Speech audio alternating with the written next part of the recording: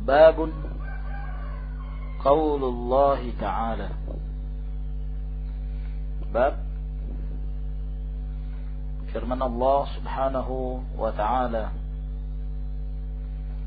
afa aminu makrallah fala ya'manu makrallahi illa alqaumul khasirun. Apakah mereka merasa aman dari makrullah, dari tipu daya Allah, atau dari pancingan Allah subhanahu wa ta'ala terhadap apa-apa yang Allah subhanahu wa ta'ala berikan pada mereka kenikmatan? Tidaklah merasa aman dari makrullah kecuali orang-orang yang merugi. Asy-Syaikh rahimahullah ta'ala ingin menjelaskan di dalam bab ini bahwa seorang yang muwahhid ketika mereka beribadah kepada Allah subhanahu wa ta'ala terkumpul dua hal yang penting yang harus ada pada diri seorang abid, seorang yang menyembah Allah. Yang keduanya ini ibaratnya bagaikan kedua sayap yang dimiliki oleh seekor burung, yang apabila salah satunya tidak ada maka dia tidak akan mampu untuk terbang.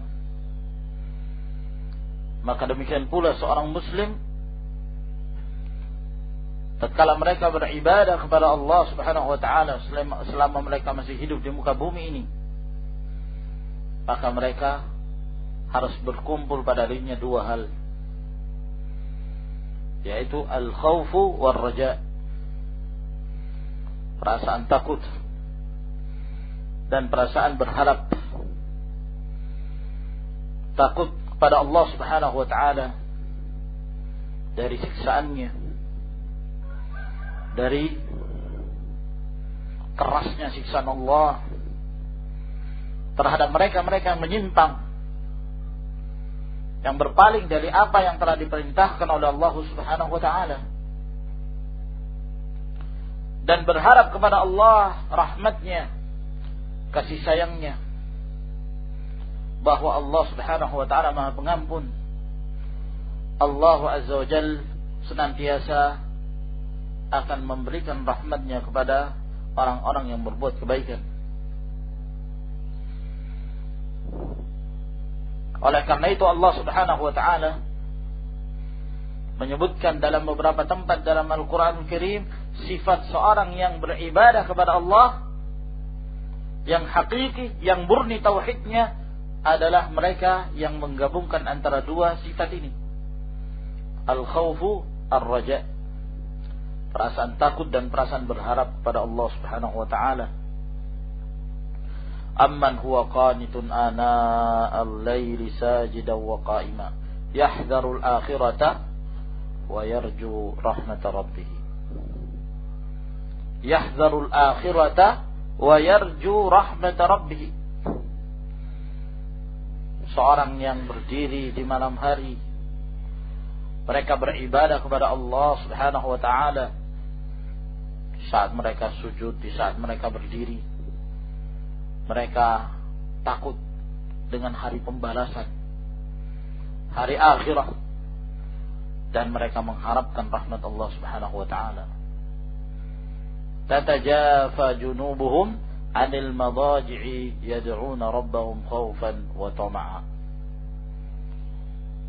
Bahwa lambung-lambungnya kaum mukminin itu jauh dari tempat-tempat tidur mereka. Mereka berdoa kepada Allah, mereka beribadah kepada Allah subhanahu wa ta'ala khawfan wa tama'an, dengan rasa takut dari siksaannya dan sangat berharap pada rahmat Allah subhanahu wa ta'ala. Udu'ullah raghaban wa rahaba, berdoalah kalian kepada Allah dengan mengharap dan takut.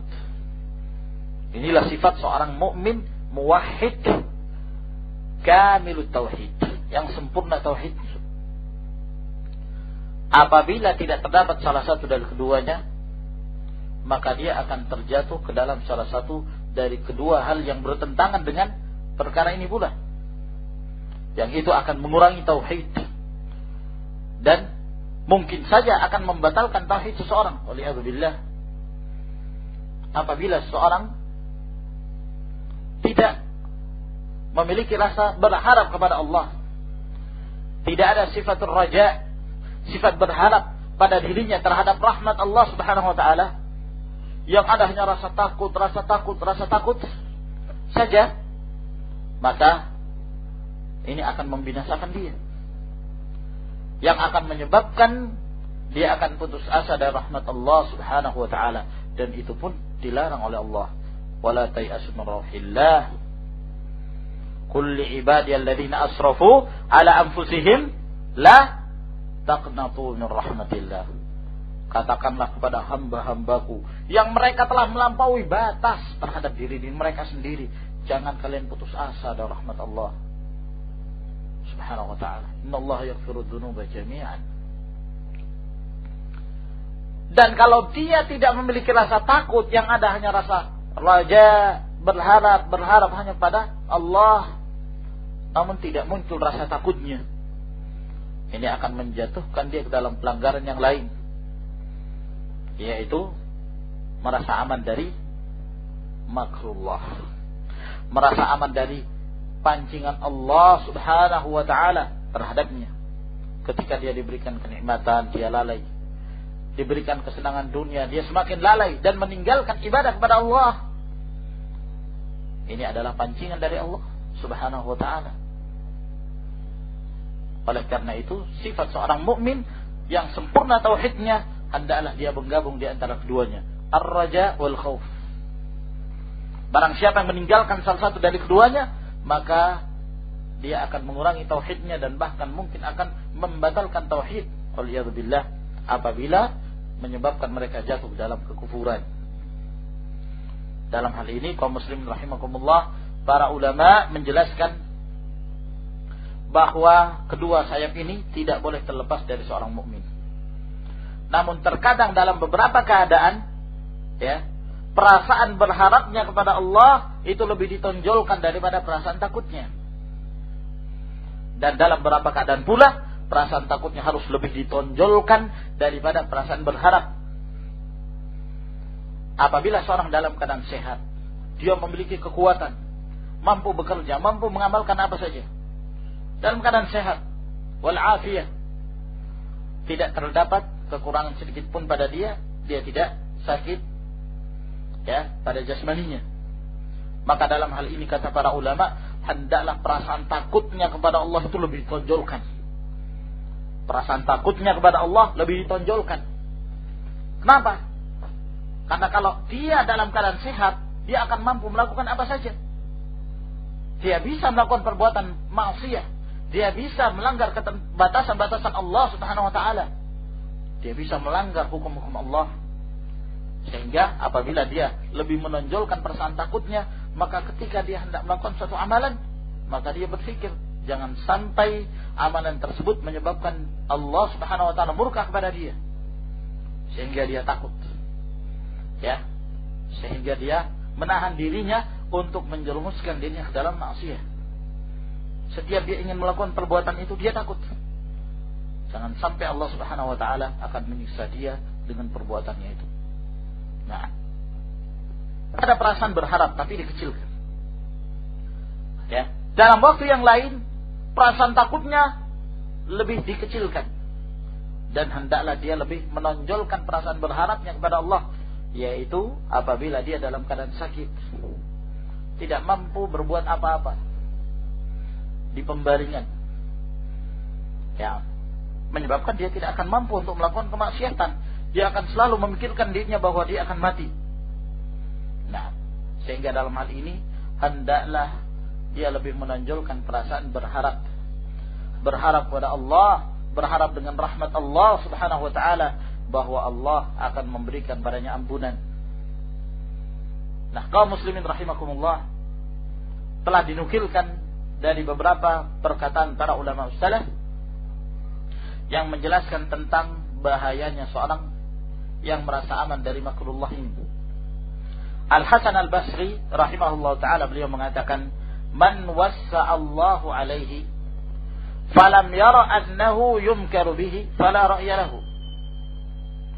Barang siapa yang Allah Subhanahu wa taala memberikan padanya kenikmatan, diberikan keleluasaan, kenikmatan, kelapangan hidup, lalu dia tidak menganggap bahwa itu makar dari Allah, dia tidak menganggap bahwa itu adalah pancingan dari Allah Subhanahu wa taala terhadap kenikmatan-kenikmatan diberikan padanya, maka ketahuilah dia tidak mempunyai pikiran yang baik.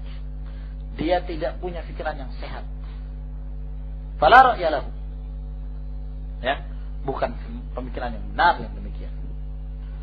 Seorang mukmin dalam keadaan sehat, justru disitulah dia merasa khawatir. Jangan sampai ini adalah makrullah. Nah, sehingga seorang tidak lalai. Dia selalu menjaga diri ketika dia diberikan kenikmatan, dia menjaga itu dengan bersyukur kepada Allah Subhanahu wa taala. Rasulullah sallallahu alaihi wasallam menyifatkan keadaan seorang mukmin, keadaannya selalu baik.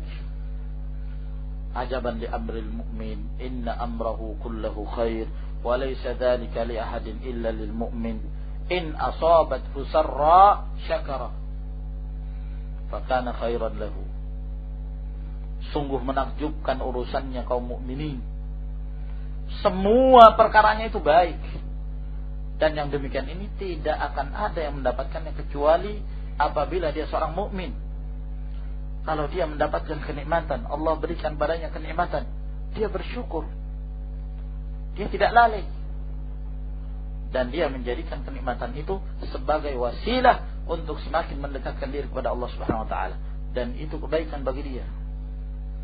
Wa in asabathu dharra sabara fa kana khairan lahu. Ketika dia ditimpa musibah, kemudaratan, maka dia bersabar, dan itu adalah kebaikan bagi dia. Berkata Qatadah Ibn Di'amah As-Sadusi, baghatal qauma amrullah wa ma akhadha Allahu qauman qattu illa 'inda salwatihim wa ni'matihim wa ghirratihim fala taghtarru billah.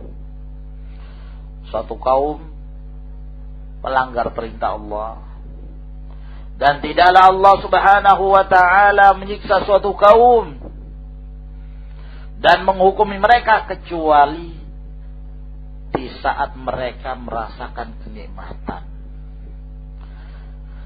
Kecuali di saat mereka dalam keadaan lalai dengan kenikmatan yang Allah berikan kepada mereka. Maka jangan kalian tertipu dengan kenikmatan yang Allah berikan kepada kalian. Ya. Salah satu bentuk seorang yang merasa aman dari makar Allah, ketika seseorang itu merasa aman dari siksaan Allah ketika dia berbuat maksiat. Ya, dengan berharap Allah kan Maha Pengampun. Tak apa-apa saya melakukan kemaksiatan, Allah kan Maha Pengampun. Disitulah makar Allah.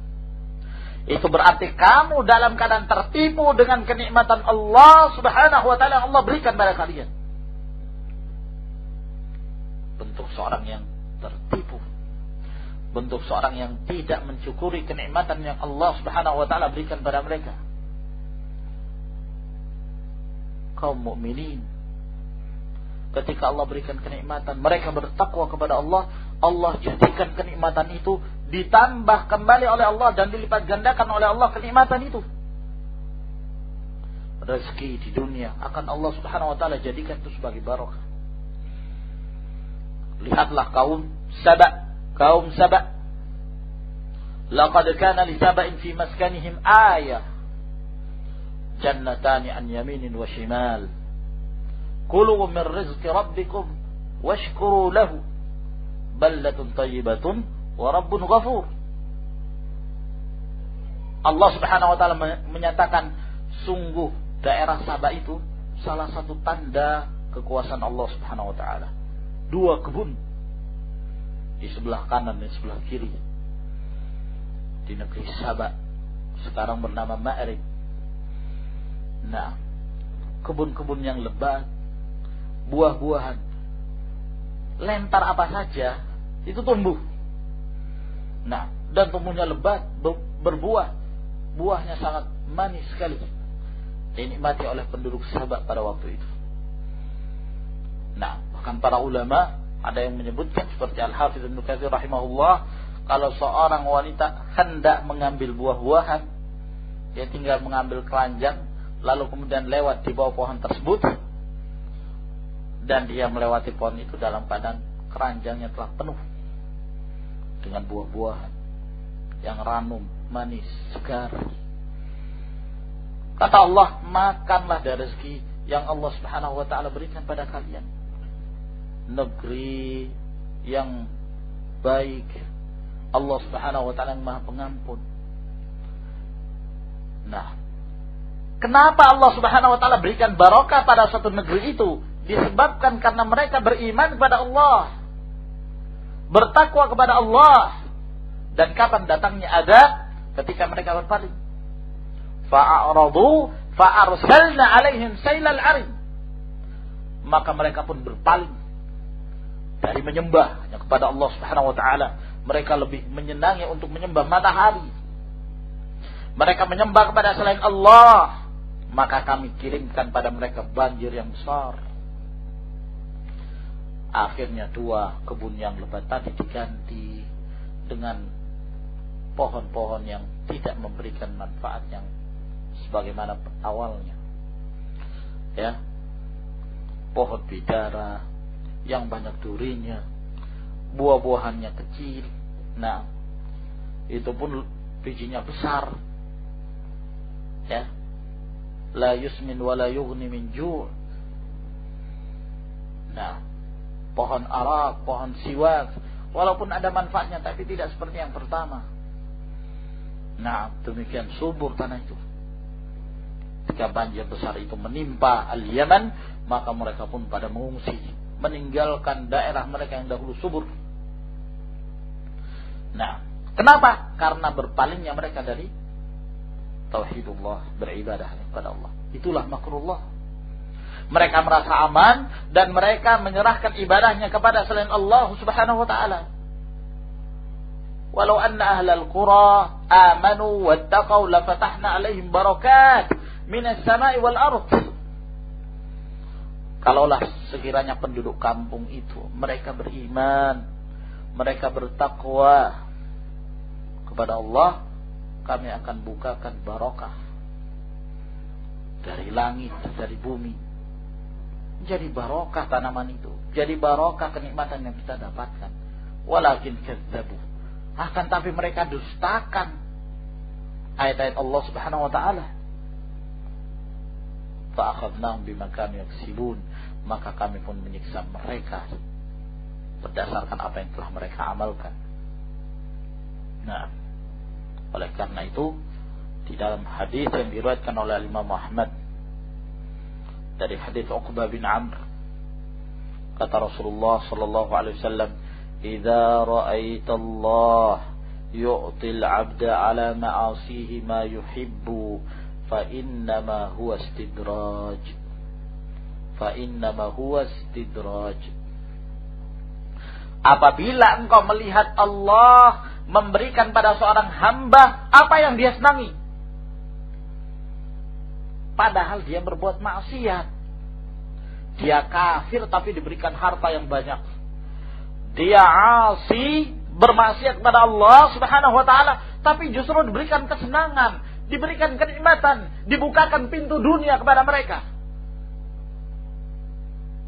Berapa banyak dari kalangan kufar, dari kalangan al-usah diberikan kekayaan dunia ini, ya, diberikan jabatan kedudukan yang tinggi di dunia ini. Dan berapa banyak dari kalangan kaum mukminin yang mereka istiqamah di atas agama mereka, mereka tidak diberikan harta kecuali sedikit, dan mereka merasa puas dengan itu. Nah, laisal ghina bikasratil mal walakinnal ghina ghina an-nafs. Kekayaan itu bukan karena banyaknya harta, akan tetapi kekayaan yang sebenarnya adalah kekayaan hati, merasa senang dengan kehidupan yang Allah Subhanahu wa taala berikan. Apabila engkau melihat Allah memberikan pada seorang hamba apa yang dia senangi, padahal dia berbuat maksiat, Kata Rasulullah SAW, ketahuilah itu adalah pancingan dari Allah. Innama huwa istidraj. Nah, wa qauluhu, dan firman Allah Subhanahu wa ta'ala,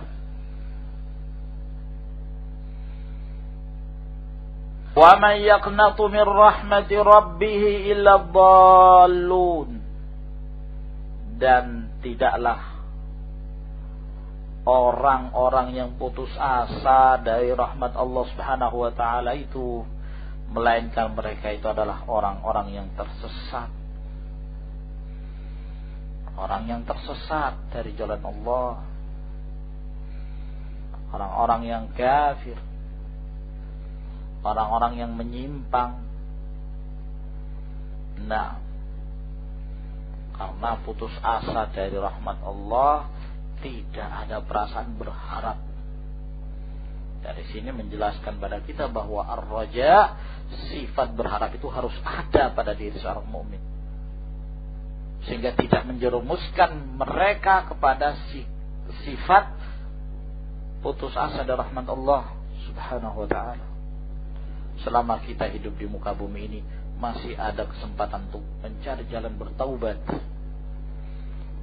kepada Allah. Inna Allah azza wa jalla yaqbalu taubatal abdi ma lam yugharghir. Allah Subhanahu wa ta'ala menerima taubat seorang hamba selama belum gargarah, nyawanya itu belum sampai pada kekerongkongannya. Nah, jangan putus asa dari rahmat. Wa an Ibnu Abbas anna Rasulullah sallallahu alaihi wa alihi wasallam su'ila 'anil kaba'ir. Dan diriwayatkan dari Abdullah bin Abbas bahwa Rasulullah sallallahu alaihi wa alihi wasallam ditanya tentang dosa-dosa besar.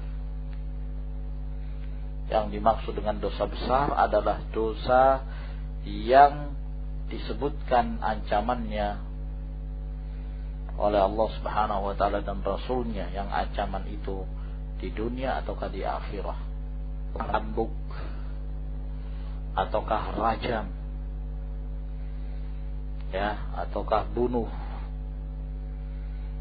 Adapun hukum di akhirat seperti mendapatkan ancaman Allah, tidak akan memperhatikan dia, Allah tidak akan berbicara dengan dia, dan baginya mendapatkan adab yang sangat pedih.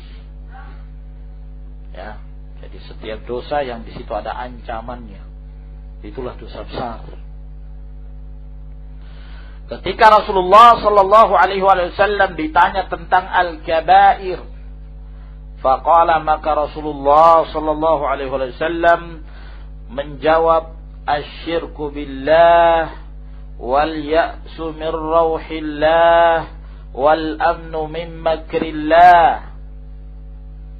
Menyekutukan Allah dan putus asa dari rahmat Allah. Rauh yani rahmah.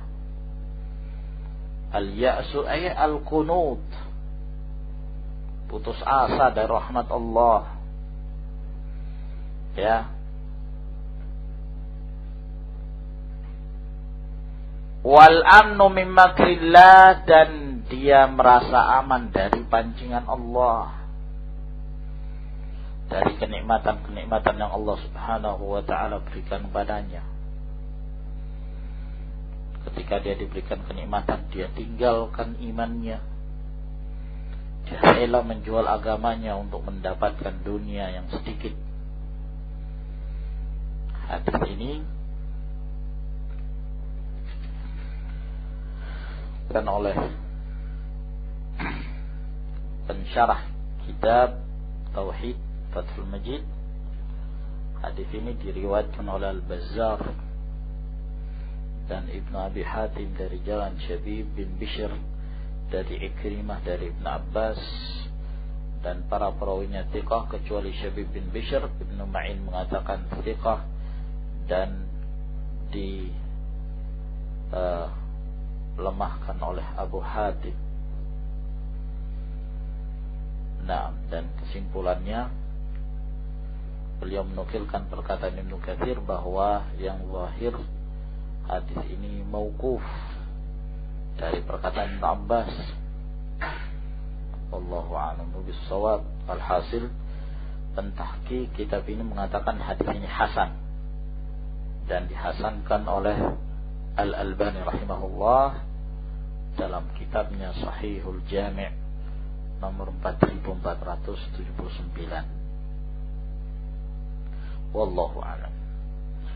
Wa 'an Ibnu Mas'ud qala, dan dari Abdullah bin Mas'ud radhiyallahu ta'ala anhu berkata, yakni dari perkataan beliau ya, akbarul kabair, dosa yang paling besar, dan ini akhwan tidak menunjukkan pembatasan ya.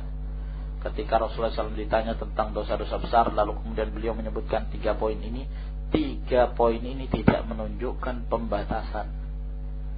Namun dosa besar itu banyak yang lainnya. Rasulullah pernah menyatakan ijtanibus sab'al mubiqat, sebagaimana dalam hadis yang telah kita sebutkan dahulu. Nah, dan hadis-hadis yang lainnya menunjukkan bahwa di sana ada dosa-dosa besar yang lain. Dan al-ibad khusus mengumpulkan macam-macam dosa besar. Az-zawajir min iqtirafil kabair. Demikian pula Al-Imam Syamsuddin Al-Zahabi rahimahullah ta'ala, murid Syekhul Islam Taimiyah rahimahullah, juga mengarang kitab dalam hal ini dengan judul Al-Kabair. Nah, dari Abdullah bin Mas'ud mengatakan akbarul kabair, bahwa dosa yang paling besar di antara dosa-dosa yang besar, al-isyraku billah, menyekutukan Allah subhanahu wa ta'ala dalam beribadah, wal amnu min makrillah, merasa aman dari pancingan Allah subhanahu wa ta'ala, wal kunutu min rahmatillah, dan putus asa dari rahmat Allah, wal ya'su min rauhillah, sama, putus asa dari rahmat Allah. Ada kemungkinan bahwa Abdullah bin Mas'ud radhiyallahu ta'ala anhu menyebutkan al-kunutu min rahmatillah dan al-ya'su min rauhillah karena kedua-duanya terdapat dalam Al-Quran Al-Karim. La taqnatu min rahmatillah. Di dalam ayat yang lain, la tayasu min rauhillah. Nah, sehingga beliau menyebutkan kedua lafaz ini min babit ta'kid, untuk menegaskan bahwa yang demikian ini dosa yang paling besar, tidak diperbolehkan putus asa dari rahmat Allah subhanahu wa ta'ala. Namun Syekh Muhammad bin Saleh Al-Utsaimin rahimahullah ta'ala, beliau membedakan ya, berusaha untuk membedakan antara al-kunutu min rahmatillah dengan al-ya'su min rauhillah. Kata beliau, kalau yang dimaksud dengan al-kunutu min rahmatillah, putus asa dari rahmat Allah subhanahu wa ta'ala, yaitu putus asanya seorang hamba ya, yang dia merasa tidak mungkin dia akan diberikan apa yang dia minta. Ada sesuatu yang dia minta kepada Allah tidak diberikan, putus asa akhirnya ya, tidak mungkin Allah memberikan. Saya begini, dosa saya seperti ini, dosa saya seperti ini, tidak mungkin Allah itu memberikan pada saya apa yang aku minta. Putus asa akhirnya. Nah, sedangkan al-ya'su min rauhillah, putus asa dari rauhullah, yaitu seorang manusia merasa tidak mungkin Allah subhanahu wa ta'ala menghilangkan darinya apa yang menimpa dia dari musibah ya, tidak mungkin. Pasti Allah akan terus menurunkan musibah ini kepada saya, terus menerus demikian. Nah, dia mendapatkan musibah, melarat fakir, miskin yang dia anggap sebagai musibah, terus menerus demikian. ya, dan dia anggap itu sebagai Allah Subhanahu wa taala. Ya. Wallahu a'lam. Wahu Abdul Razzaq, perkataan Abdullah bin Mas'ud ini diriwayatkan oleh Abdul Razzaq. Abdul Razzaq punya kitab namanya Al-Musannaf. Dua kitab Al-Musannaf yang masyhur yang sampai pada kita sekarang ini. Yang pertama Musannafnya Abdul Razzaq, dan ini lebih aqdam, lebih tua. Yang kedua Musannaf Abi Bakr bin Abi Syaibah. Nah, dan disebut kitab tersebut Musannaf karena Kitabul Musannaf adalah kitab yang mengumpulkan athar-athar, perkataan-perkataan riwayat-riwayat para sahabat dan tabi'in. Ya, terkadang disebutkan hadis, tapi bukan itu yang menjadi inti kitab. Yang menjadi inti kitab Al-Musannaf adalah al-athar, riwayat-riwayat yang disebutkan dari para sahabat ataukah para tabi'in. Oleh karena itu, bagi yang ingin mengetahui salah satu pendapat dari para sahabat misalnya, ataukah ada perkataan salaf, maka merujuk pada kitab tersebut Al-Musannaf Abu Bakr bin Abi Syaibah, demikian pula Abdul Razzaq bin Hammam bin Nafi'. Wallahu a'lam bissawab. Sebutkan oleh pentahqiq kitab ini bahwa perkataan Abdullah bin Mas'ud ini adalah riwayatnya sahih. Dalam tafsirnya bahwa riwayat ini sahih tanpa ada keraguan. Wallahu a'lamu bissawab. Ila huna ikhwan, wa akhiru da'wana alhamdulillahi rabbil alamin. Tafaddalu hafizakumullah.